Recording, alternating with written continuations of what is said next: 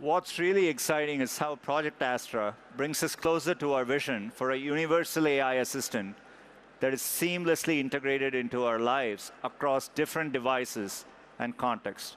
We're going to bring capabilities like this to our products soon. These are just some examples of how people and businesses are using AI today.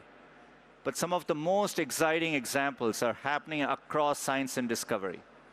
A powerful example is AlphaFold, a major breakthrough in predicting proteins' complex structures. That Nobel Prize toast I mentioned was a direct result of this work done by Demis and John at Google DeepMind. Demis, or should I say Sir Demis, is here today, and let's give him a round of applause.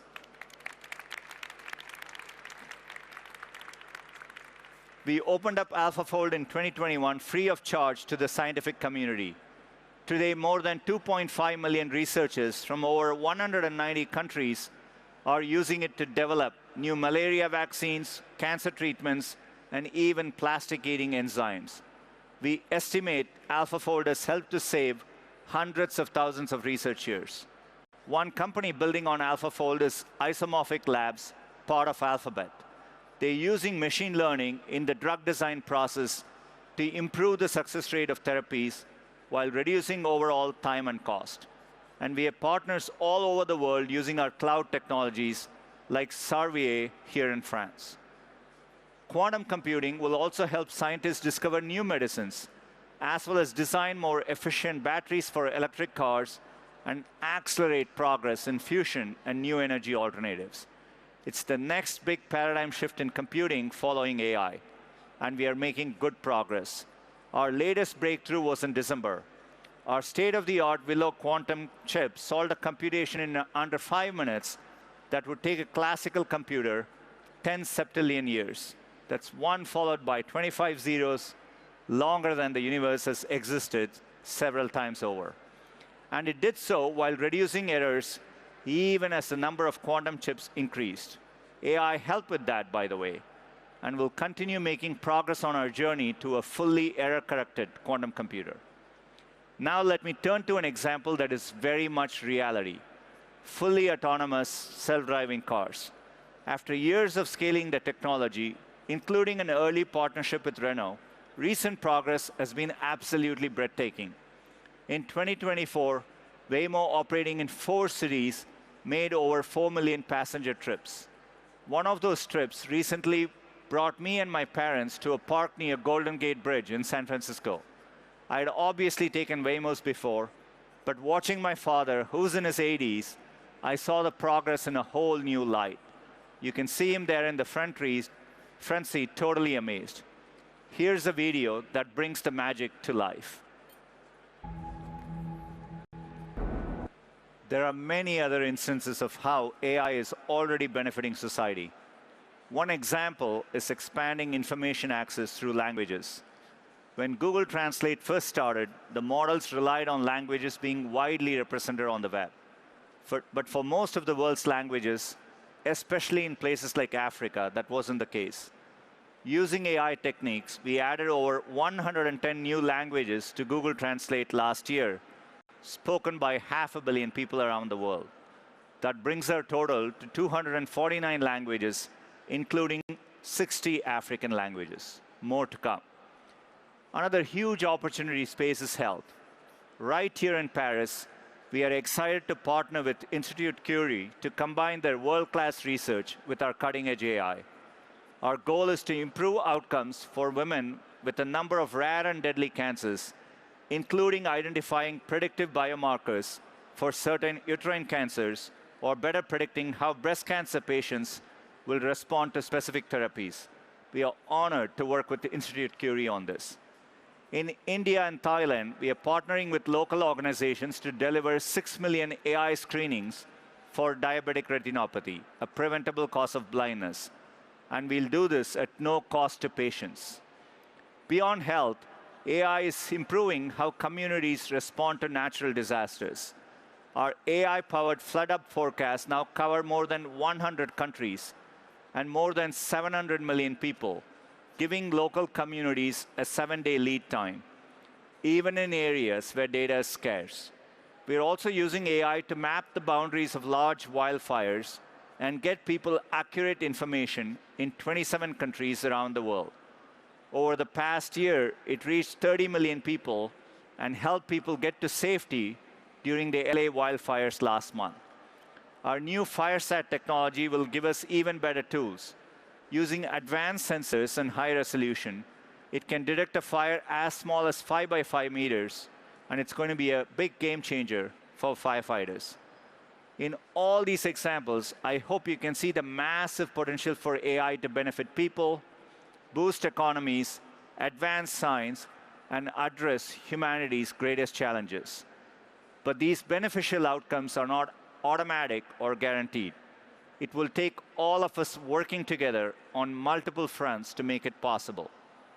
Let me be really prescriptive about how. First, we have to enable an ecosystem of innovators and adopters. I spoke of that growing innovation ecosystem here in France earlier. How do we create more of these pockets in more places? And as Mario Draghi showed in his recent report, Europe's productivity is dependent on using these emerging technologies. And European competitiveness depends on productivity. So driving adoption is key so that the gains happen at scale and across the economy. A second area is infrastructure. We are excited for the path President Trump, President Macron, and other countries are forging here. In CapEx alone, $300 billion is already committed from the major tech companies this year. We announced last week that we expect to invest approximately $75 billion in capital expenditures in 2025. Third, we have to invest in people and prepare them for the workforce ahead.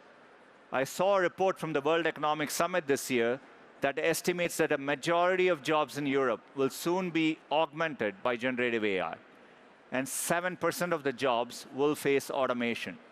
A report from the ILO suggests that the augmentation effect will be 6x that of possible substitution. We want to help prepare the future workforce for these realities. Grow with Google has helped train 100 million people globally in digital skills over the last decade. And now our $120 million Global AI Opportunity Fund is focused on making AI education and training available in communities around the world. We'll reach 20,000 people across 24 countries right here in Europe. Fourth, we have to act boldly to advance the most transformative applications of AI and responsibly so that everyone can benefit. That means addressing the technology's limitations, issues with accuracy and factuality, for example, as well as the risk of misapplication and misuse, like the creation of deepfakes. It also presents new complexities, for example, the impact on the future of work, the need for energy, and the digital divide. I think about how fortunate I was to have access to technology, even if it came slowly. Not everyone had that chance. With AI, we have the chance to democratize access from the start, ensure that the digital divide doesn't become an AI divide, and make AI helpful for everyone. Public policy will play an important role in delivering on these 4 areas. Successful policy addresses risks without stemming innovation, progress, and the positive impacts. It draws on existing laws and fills in gaps, rather than creating entirely new laws wholesale.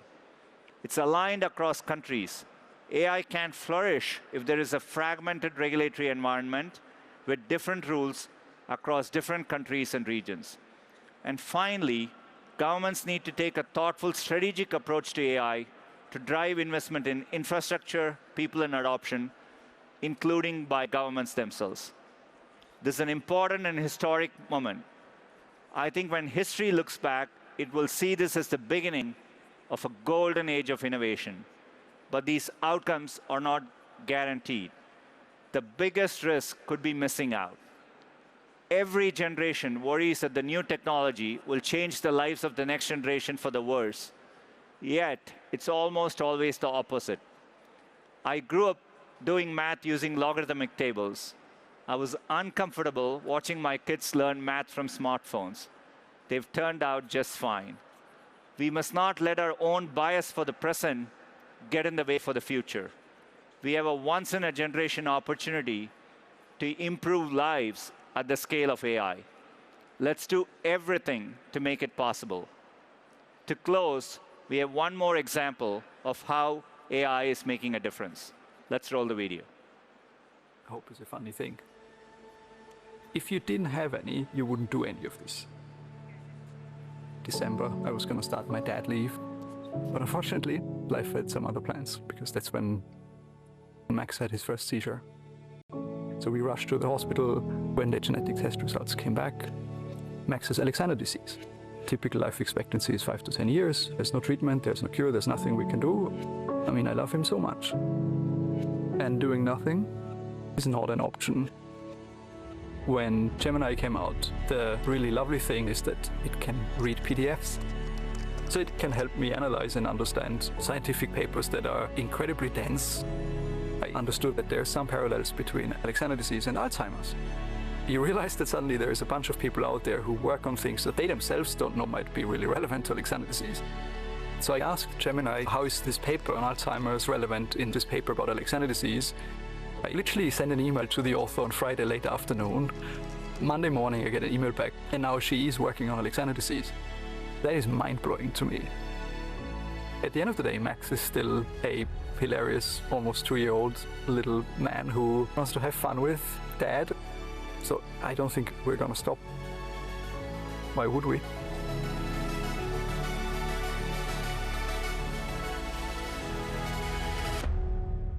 I'm Thomas. I'm not a scientist, I'm not a doctor. I'm just a dad.